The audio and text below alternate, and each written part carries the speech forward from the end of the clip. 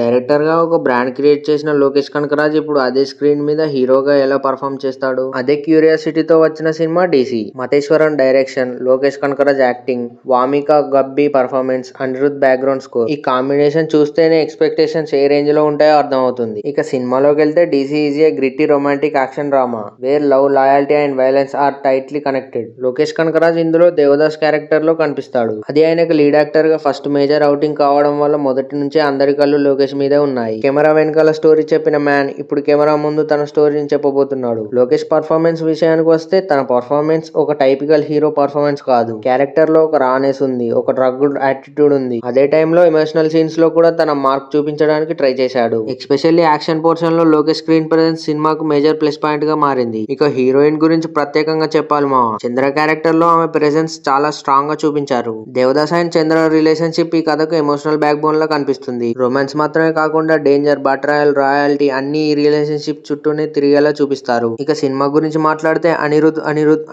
Background score కొన్ని scenes కి next level elevation ఇస్తుంది. స్క్రీన్ మీద యాక్షన్ జరుగుతుంటే వెనక అనిరుద్ బ్యాక్గ్రౌండ్ స్కోర్ కొడతాడు చూడమా, వేరే లెవెల్. ట్రైలర్ నుంచే బీజిఎం కి మంచి రెస్పాన్స్ వచ్చింది. మూవీలో కూడా మ్యూజిక్ ఏ బిగ్గెస్ట్ హైలైట్ మా. అరుణ్ మతేశ్వరన్ ఫిల్మ్ మేకింగ్ స్టైల్ గురించి చెప్పాలంటే డార్క్ విజువల్స్, రా వైలెన్స్, స్టైలిష్ ఫ్రేమ్స్ ఈ మూడు ఆయన సినిమాల్లో కనిపించే మేజర్ ఎలిమెంట్స్. డీసీలో కూడా అదే ఫ్లేవర్ కనిపిస్తుంది. ఈ సినిమా ఒక రెగ్యులర్ కమర్షియల్ ఎంటర్టైనర్ కాదు, మాస్ మూమెంట్స్ కోసం చూసే వాళ్ళకి మాత్రం చాలా బాగా సెట్ అవుతుంది. కొన్ని ప్లేసెస్ లో స్లో అనిపించినా ఇంటెన్స్ స్టోరీ టెల్లింగ్, రా యాక్షన్, డార్క్ సినిమా ఇష్టపడే వాళ్ళకి మాత్రం డీసీ ఒక డిఫరెంట్ ఎక్స్పీరియన్స్ మా. డీసీ మాస్ మూవీ కాదు, క్లాస్ మూవీ కాదు, ఇట్స్ ఎ రా ఎక్స్పీరియన్స్. ఫైనల్ వర్డిక్ట్ ఏంటంటే డీసీ ఒకసారి థియేటర్ లో ఎక్స్పీరియన్స్ చేయాల్సిన ఇంటెన్స్ యాక్షన్ డ్రామా. ఈ సినిమాకి నేను ఇచ్చే రేటింగ్ 3.5/5 మా. లోకేష్ డైరెక్టర్ గా ఎన్నో క్యారెక్టర్స్ ని క్రియేట్ చేశాడు, కానీ ఇప్పుడు ఒక క్యారెక్టర్ గా తనను తాను ప్రూవ్ చేసుకోవడానికి వచ్చాడు.